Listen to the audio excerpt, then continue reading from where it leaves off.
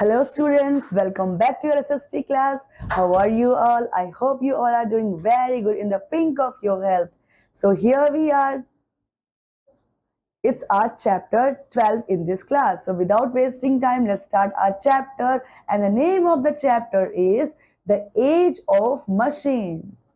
Okay students, and in this chapter we are going to study the metal tools, the steam engine, the industrial revolution, the mass production, effect different sources of energy like coal, mineral oil and electricity, the new sources of energy. So let's start the chapter. The discovery of metal like copper and iron has greatly revolutionized man's life. मतलब जो discovery है metal की, जैसे कि copper है और iron है, इन्होंने क्या किया है, जो ह्यूमन लाइफ को बहुत ज्यादा ग्रेजुअली रिवोलाइज्ड कर दिया है और उसमें बहुत ज्यादा नई नई चीजें ऐड ऑन कर दी हैं. The stone tool of early man were replaced by these of copper and later by iron. जो अर्ली मैन था बच्चों, उसके जो स्टोन टूल्स थे उनको किसने रिप्लेस किया? इस कॉपर ने. और कॉपर को किसने रिप्लेस किया? The iron. Iron is much stronger than copper tool. अब आयरन क्या है? वो ज्यादा स्ट्रॉन्गर है कॉपर से. Tools made of iron like axes, plugs, etc. have made man's life such much easier. Man become a skilled farmer, carpenter, etc. अब जो इंसान था वो क्या बन गया है? स्किल्ड बन गया है और वह अब अच्छा फार्मर है, कारपेंटर है और अपने सारे काम वह कर लेता है. टूल से, आयरन टूल से क्या क्या बनाया गया था? मोस्टली बनाया जाता है जो बहुत आयरन क्योंकि स्ट्रॉन्ग होता है इसीलिए उसको यूज किया जाता है एक्स बनाने के लिए, प्लग्स बनाने के लिए, etcetera. In due course of time he could chop trees, clear forest and turn the land into a farm. मतलब बच्चों वो जमीन काट करके, जंगल काट करके एक जमीन बना सकता है, फार्म बना सकता है with the help of these tools. The progress to make better tools was slow and took thousands of years. Today, man has invented many efficient machines which help in every field. जो tools बनाने की जो progress है वो बहुत ज्यादा day by day better होती आई है और उसने थाउजेंड ईयर लिए हैं इस प्रोसेस में. और जो आज का जो इन्वेंटेड टूल है वो बहुत ज्यादा एफिशिएंट है, मशीन है जो बहुत ज्यादा फील्ड में, बहुत सारे फील्ड्स में हमें हेल्प करती हैं to work very conveniently. The first word is metal tool. Copper was the first metal discovered by man. It changed the lifestyle of man. Early man used copper to make better, stronger and more useful tool and weapons. जो copper है वो first metal था जो invent किया गया, जो discover किया गया था और उसने सबकी लाइफस्टाइल को जो है वो चेंज कर दिया था. अर्ली मैन ने कॉपर यूज किया अपनी लाइफ को बेटर करने के लिए, स्ट्रॉन्गर और मोर यूजफुल टूल्स बनाने के लिए और उसके साथ उन्होंने उससे वेपन्स भी बनाए. Now still later he discovered other metal like tin and lead. उसके बाद भी उसने कौन से मेटल जो इन्वेंट किए, कौन से मेटल खोज निकाले? टिन और lead. He also discovered a new metal bronze. उसने और एक और कौन सा मेटल ढूंढ निकाला जिसका नाम है bronze. Bronze was a mixture of tin and copper. जो ब्रॉन्ज से किसका मिक्सचर है बच्चों? टिन का और कॉपर का मिक्सचर है. Early man used bronze for making tools, implements, utensils, etc. जो अर्ली मैन था वो यूज करता था इनका क्या बनाने के लिए? टूल्स बनाने के लिए और इम्प्लीमेंट्स और यूटेंसिल्स बनाने के लिए. After some years, iron was discovered. Men found iron to be harder than copper and bronze. मतलब जो कुछ सालों बाद जो इंसान था, अर्ली मैन था, उसने पाया कि जो आयरन है वो कॉपर और ब्रोंज से भी ज्यादा स्ट्रॉन्ग है. He began to make tools like axes, plugs, hammers, etc. और उसने आयरन से क्या बनाना शुरू किया? एक्सेस बनाना शुरू किया, प्लग्स बनाना शुरू किया और हैमर्स भी. With these implements and tools, forest could be cleared easily. अब इन सारे टूल्स से जो फॉरेस्ट से जंगल थे वो आसानी से क्लियर करके वहां पर खेती के लिए जमीन बनाई जा सकती थी. Plugging of land and cultivation of crops also become easy. अब प्लगिंग के बाद जो जमीन में कल्टीवेशन था क्रॉप का, फसल को काटना था, वो भी क्या है इनसे बहुत इजी हो चुका है. इन सारे इंस्ट्रूमेंट्स जो कि आयरन से बनाए गए थे, अर्ली मैन ने बनाए थे. Now man become a skilled Hunter, farmer, Potter and iron Smith.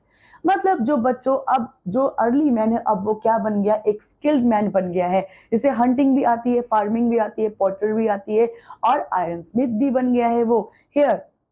Here are some copper tools we can see in this picture. Next, steam engine. अब steam engine is also very important invention. Steam engine is also very important invention. So steam engine was invented by James Watt in 1769. James Watt ने 1769 में steam engine को discover किया था, उसको बनाया था। Discover नहीं बच्चों, उसको बनाया था, इन्वेंट किया था। It proved to be the greatest turning point in the life of man. और इसने क्या दिया, इंसानों की जिंदगी में बहुत बड़ा टर्निंग पॉइंट दिया। James Watt Watt a Scottish engineer. वो क्या थे बच्चे, जेम्स वॉट स्कॉटिश इंजीनियर थे। At that time coal mines in England used to get filled with rain water. अब उस टाइम पे जो इंग्लैंड में क्या था कि जो फिल किए जाते थे, जो रेन वाटर से, जो कोल माइंस थे इंग्लैंड में, वो पानी से भर दिए जाते थे, रेन वाटर से। Mining could not be done until the water was pump out. मतलब जो वाटर जब तक वहां से गड्ढों से बाहर नहीं निकाला जाता था तब तक माइनिंग करना पॉसिबल वहां पर नहीं था।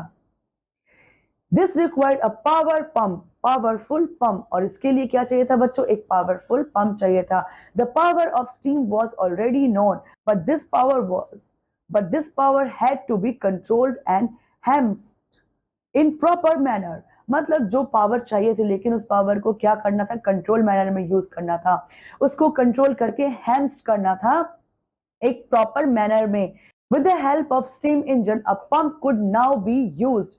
अब पंप इंजन की हेल्प से जो स्टीम इंजन है वो यूज किया जा सकता था। कैसे, James Watt steam engine led to the invention of railway engine.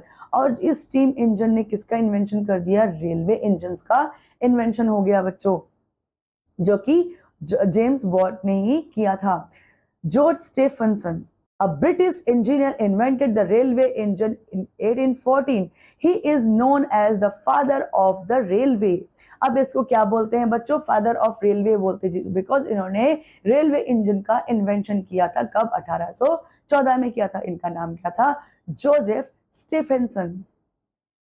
The first public passengers train in the world was drawn on 27 September 1825 by Stephenson's locomotives. Number 1 gradually petrol and diesel were used to run cars, business, buses and trucks. मतलब बच्चों वो जो first passenger train थी world में वो कब चली थी, 27 सितंबर 27 सितंबर 1825 में। और उसे किसने चलाया था, स्टेफेनसन्स के लोकोमोशन ने। नंबर 1 जो उसका लोकोमोशन था, नंबर 1 उसने चलाया था। अब उस टाइम पर आमतौर पर क्या होती थी, डीजल और पेट्रोल से चलने वाली कार्स होती थी, बसेस होती थी और ट्रक्स होते थे। Powerful engine for railway, ships and aeroplanes also run using petrol and diesel as fuel.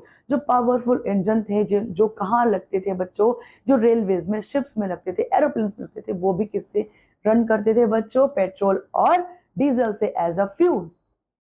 Here we can see the picture of George Stephenson, and here petrol diesel engine are used in train. Next is Industrial Revolution. It began in early 19th century in England. The steam engine made it possible to run big machines.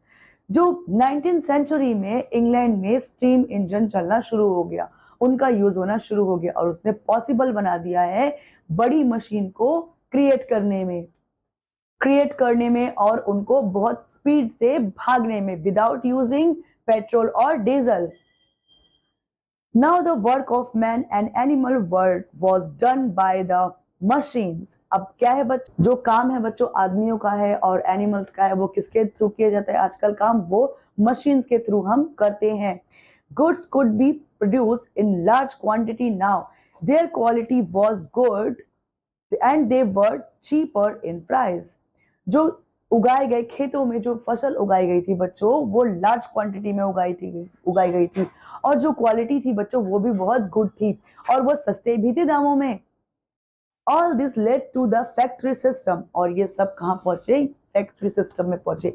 People started working in the factories and populate and production increased. अब लोगों ने factories में काम करना शुरू किया और फिर वहां पर क्या हुआ बच्चों, जो प्रोडक्शन था वो बहुत ज्यादा इंक्रीज हो गया था.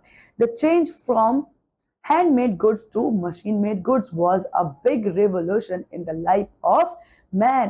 क्योंकि बच्चों जो हैंडमेड गुड्स थे वो किस में कन्वर्ट हो गए, मशीन मेड गुड्स में, और ये ह्यूमन के लिए, मैन के लिए बहुत बड़ा इन्वेंशन था.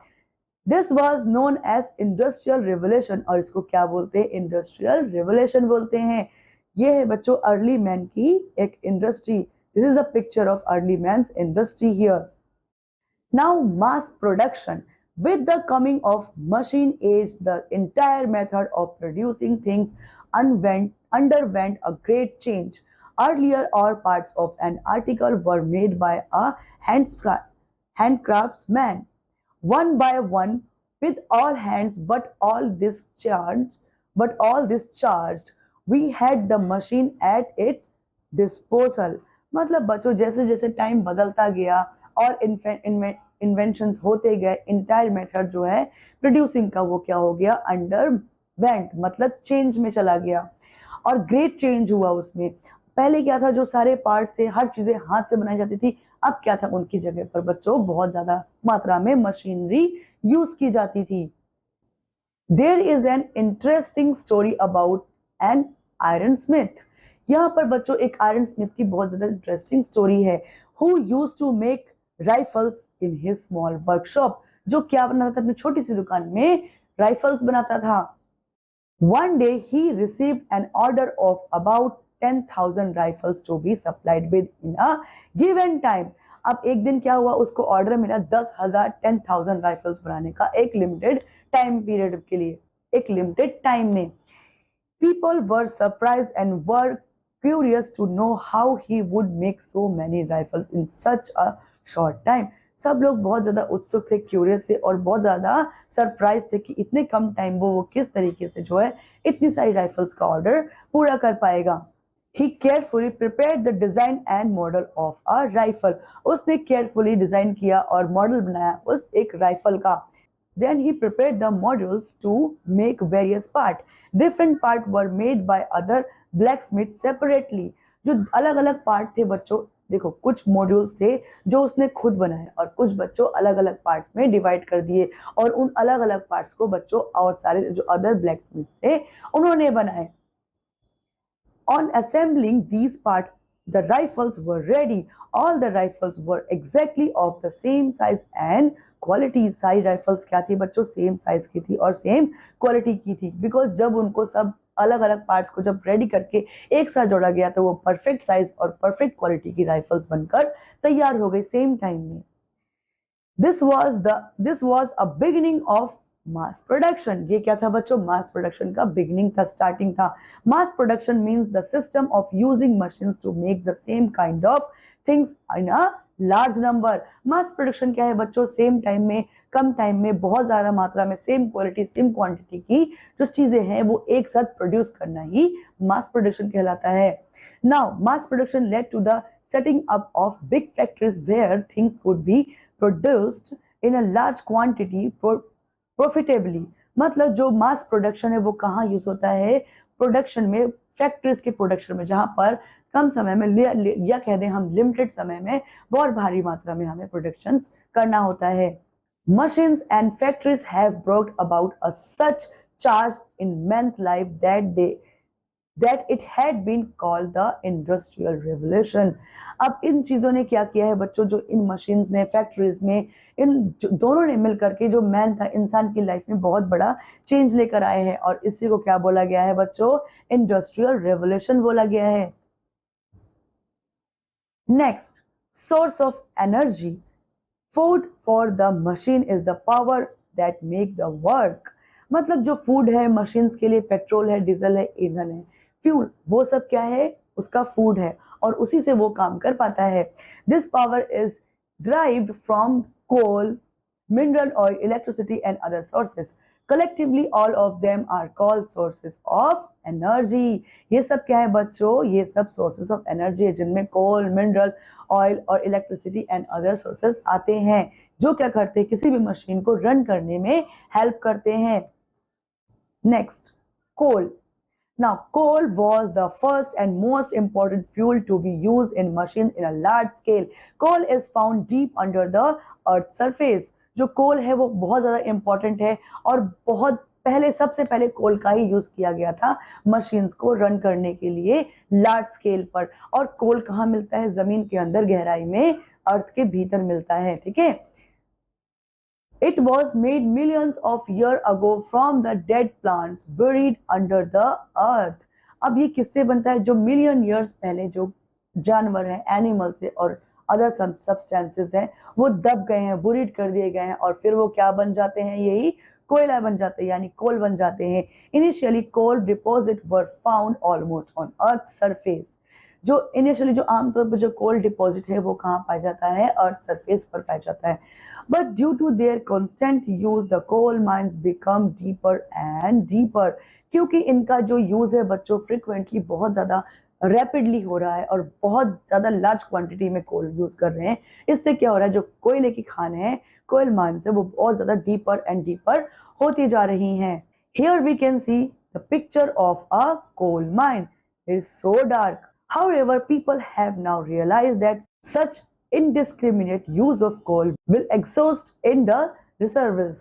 This had to the discovery of alternative sources of energy. अब जल्द ही लोगों ने जान लिया कि इतना अगर हम उसका यूज करेंगे तो इट विल बी एग्जॉस्टेड, खत्म हो जाएंगे. और इसीलिए उन्होंने क्या किया? तो जो अदर रिसोर्सेज है उनको भी खोज निकालने का ट्राई करना शुरू कर दिया. Now, mineral oil. It is liquid fuel found below the Earth's surface. It is another source of energy. It was discovered accidentally in America in 1857. The mineral or crude oil is drilled and refined to get kerosene, petrol, gasoline, diesel, and other oil-related products. जो ये liquid fuel है बच्चों, जिसको mineral oil बोलते हैं, ये भी earth surface में डीपर पाया जाता है. और इसकी जो डिस्कवरी है बच्चों बहुत एक्सीडेंटली हुई थी अमेरिका में 1857 में हुई थी. और इसमें क्या है? इस ऑयल को, क्रूड ऑयल को बाहर निकाला जाता है, इनको रिफाइन किया जाता है और इसके बाद ये क्या बनते हैं? पेट्रोल बनते हैं, गैसोलीन बनते हैं, डीजल बनते हैं, केरोसिन एक्सेट्रा हम इनसे पा सकते हैं. Daimler, a German scientist, invented an engine which was run on petrol. It was then developed to be used in motor cars. With new inventions, many vehicles running on petrol were introduced. इसके बाद क्या हुआ था? जो डेलमर, a German scientist, वो उन्होंने क्या किया बच्चों? इन्वेंट किया इंजन का. Invented engine you can run on petrol, जो कि पेट्रोल पर चल सकता था. अब उन जो रन करते थे पेट्रोल पर, वो सारे इंजन्स का यूज कहाँ किया जाने लगा बच्चों? कार्स को रन करने में. और ये सारे जो इन्वेंशन थे उन्होंने व्हीकल्स को बहुत एक अच्छी स्पीड से रन करने में हेल्प करना शुरू कर दिया था. Later, another German engineer, Rudolf Diesel, invented an engine which ran on another variety of material oil which was cheaper than petrol. This oil was called diesel. After the name of engineer, heavy trucks, railways, engines, pump sets, etc. run on diesel. अब जो उसके बाद बच्चों एक और substance खोजा गया, एक और सब्सटेंस निकाला गया, ठीक है, जो कि मिनरल ऑयल था. और इसको नाम इसका नाम क्या था बच्चों? डीजल था. क्यों? और इसकी खोज किसने की थी बच्चों? रुडलॉफ डीजल ने की थी. वो कि क्या थे बच्चों? एक जर्मन इंजीनियर थे. और ये क्या था बच्चों? उससे बहुत ज्यादा सस्ता था, पेट्रोल से बहुत ज्यादा सस्ता था, बहुत ज्यादा कन्वीनियंट था और बहुत अच्छी मात्रा में हमें प्रोड्यूस उसका मिल पा रहा था. और इसमें हैवी ट्रक्स हो गए, रेलवे इंजन हो गए, पंप्स हो गए, सारे सेट करके अच्छे से इनको फंक्शंस किया जा सकता था. Here is the picture of Rudolf Diesel and here is the picture of oil refinery. ठीक है बच्चों, this is the picture of oil refinery, जहां पर जो रिफाइन हो रहा है, इसके बाद उसको केरोसिन, पेट्रोल, गैसोलीन एक्सेट्रा में कन्वर्ट किया जाएगा. एंड ये है dimer. The deposits of mineral oil are also limited. Rate at which mineral oil is being consumed all over the world shows that the oil reserves may soon be exhausted. मतलब जो deposit है oil जो mineral oil है वो भी क्या है, बहुत लिमिटेड मात्रा में हमारे पास, लिमिटेड क्वांटिटी में हमारे पास है। एंड जिस तरीके से हम उसका यूज कर रहे हैं, आने वाले बहुत जल्दी सालों, कुछ सालों में ही वो क्या हो सकते हैं, एग्जॉस्ट हो सकते हैं, मतलब फिनिश हो सकते हैं। Next is electricity. It was discovered by a man in Netherlands who developed a toy called Leyden Jar. अब जो इलेक्ट्रिसिटी है इसकी खोज किसने की थी, एक इंसान था जो कि नीदरलैंड का था, उसने डेवलप किया था एक टॉय जिसका नाम क्या था, Leyden jar. It consisted of a wire that tipped in the water to the jar. The other wire was outside the jar. When two wires were joined together, they produce a spark. Sometimes it also produced a mild shock instead of spark. The toy was very popular. अब जब उसके अंदर जो toy था वो एक jar में पानी रख करके उसके अंदर डिप किया जाता था, जब वो अदरवाइज जब उसमें डिप करते थे बार बार, और उसके बाहर क्या था, एक तार था, वायर थी, ठीक है, और उसको ज्वाइन, इन दोनों को ज्वाइन किया गया था एक साथ। जब वो ज्वाइन होते थे एक स्पार्क देते थे। कभी कभी ये स्पार्क के साथ क्या करते थे, एक माइल्ड जो है शॉक भी देते थे, और ये क्या है, बहुत ज्यादा उस समय सिनेरियो में बहुत ज्यादा पॉपुलर हुआ। Benjamin Franklin was an American scientist. He wanted to prove that the charge generated by friction in the Leyden jar was same as the charge generated by lightning and thunderstorm. उन्होंने बताया बच्चों कि जो jar में जो light generate हुई है वो किसके जैसे है, लाइटिंग इन अ थंडरस्टॉर्म। जिस प्रकार थंडरस्टॉर्म में लाइटिंग होती है उसी प्रकार उस जार में भी लाइटिंग हो रही थी। उनका नाम क्या था, बेंजामिन फ्रैंकलिन। वो क्या थे बच्चों, अमेरिकन साइंटिस्ट थे, और वो प्रूव करना चाहते थे कि जो चार्ज है जनरेट होता है वो किसके जैसे है, जो लाइटिंग थंडरस्टॉर्म में जो बिजली कड़कती है उसके जैसे है। He made a paper kite and flew it high in the sky during lightning and thunderstorm. He attached a strong wire to his kite. The other end of the wire was tied to a key. When the lightning occurred, he touched the key and experienced a shock. This proved the lightning is a built-up static electricity. अब एक बार बच्चों जब thunderstorm आने वाला था, उन्होंने क्या किया, कागज की जो है पतंग बनाई, एंड आफ्टर दैट उसमें क्या किया, उन्होंने एक लोहे की जो वायर थी उसको बांध दिया और उसको आसमान में उड़ा दिया। जैसे ही बिजली कड़की, फिर उन्होंने क्या किया, उसी वायर से, उसी तार से उन्होंने बिजली का शॉक जो है फील किया। And here is the picture of Benjamin Franklin. In 1800, the Italian scientist Alessandro Volta discovered the first battery which produced small amount of electricity. उन्होंने पहली फर्स्ट बैटरी को इन्वेंट किया, खोज निकाला जो प्रोड्यूस कर सकता था स्मॉल अमाउंट ऑफ इलेक्ट्रिसिटी। और कहाँ के साइंटिस्ट थे बच्चों, वो इटली के थे, इटालियन थे, और किस सेंचुरी में उन्होंने किया, 18th सेंचुरी में किया। Later, engineers made new machines which generate amount of electricity. उसके बाद जो अन्य दूसरे जो साइंटिस्ट हुए उन्होंने भी ऐसे ही कई सारे इन्वेंशंस किए जो कि इलेक्ट्रिसिटी को जनरेट कर सकते थे। These were turned as generator, और ये सब किस में टर्न कर दिए गए, जनरेटर में, जिसका यूज हम आज भी करते हैं। Electricity can be produced in number of ways. It is produced from coal, mineral oil और गैसेस। जो इलेक्ट्रिसिटी है प्रोड्यूस की जा सकती है कई सारे तरीकों से, जिसमें कि इंपॉर्टेंट मेनली है मिनरल ऑयल और gas with coal. And here is the picture of Alessandro Volta. Next, new sources of energy. Now here we have invented some new sources of energy. Let's see them. With the increase of population, our sources of energy like coal, gas, oil, etc. are getting exhausted very fast. Scientists are trying to find other source of energy that will be last forever and will not damage our environment. These are called renewable resources of energy, such as the solar energy in a windmill. The power of the wind is used as a source of energy. New sources of energy है बच्चों, हम देख पा रहे हैं नए नए जो साइंटिस्ट हैं, जो नए नए साइंटिस्ट हैं हमारे, वो क्या कर रहे हैं, नए सोर्स ऑफ एनर्जीज को इन्वेंट करते जा रहे हैं। बिकॉज क्योंकि हमारी जो पॉपुलेशन है वो डे बाय डे इंक्रीज होती आ रही है, और वो इतनी इंक्रीज होती जा रही है, जो हमारे पास जो बचे हुए रिसोर्सेज है वो बहुत ही जल्दी एग्जॉस्ट हो जाएंगे, बहुत जल्दी खत्म हो जाएंगे। इसीलिए इनको हम फॉरएवर यूज कर पाए और वो इन्वायरमेंट को हार्म भी ना कर पाए, ऐसे हमारे साइंटिस्ट कुछ रिसोर्सेज को ढूंढने की कोशिश कर रहे थे, जिसमें कि उन्होंने पाया है रिन्यूएबल एनर्जी, जो कि उनमें से एक इम्पॉर्टेंट है विंड। विंड मिल से उन्होंने विंड को एनर्जी में कन्वर्ट करके हम उनको यूज कर पा रहे हैं, ऐसा उन्होंने डिस्कवर किया है। And this is environment friendly, environment को इससे कोई भी हार्म नहीं पहुंचता है। क्योंकि बच्चों जिस तरीके से हम आप हमारे जो एग्जॉस्टेड होने वाले रिसोर्सेज है, जैसे कि हो गए कोल हो गया, गैस हो गया और मिनरल ऑयल्स हो गए, इन सबको जिस तरीके से हम यूज कर रहे हैं बहुत जल्दी ही ये खत्म हो जाएंगे और फिर हम कैसे अपनी लाइफ को सरवाइव कर पाएंगे। इसीलिए जो हमारे साइंटिस्ट है उन्होंने एनवायरमेंट फ्रेंडली जो रिसोर्सेज है, जो रिन्यूएबल भी हो सके, उनको खोज निकाला है और उनको ही यूज करने की हमें सलाह देते हैं।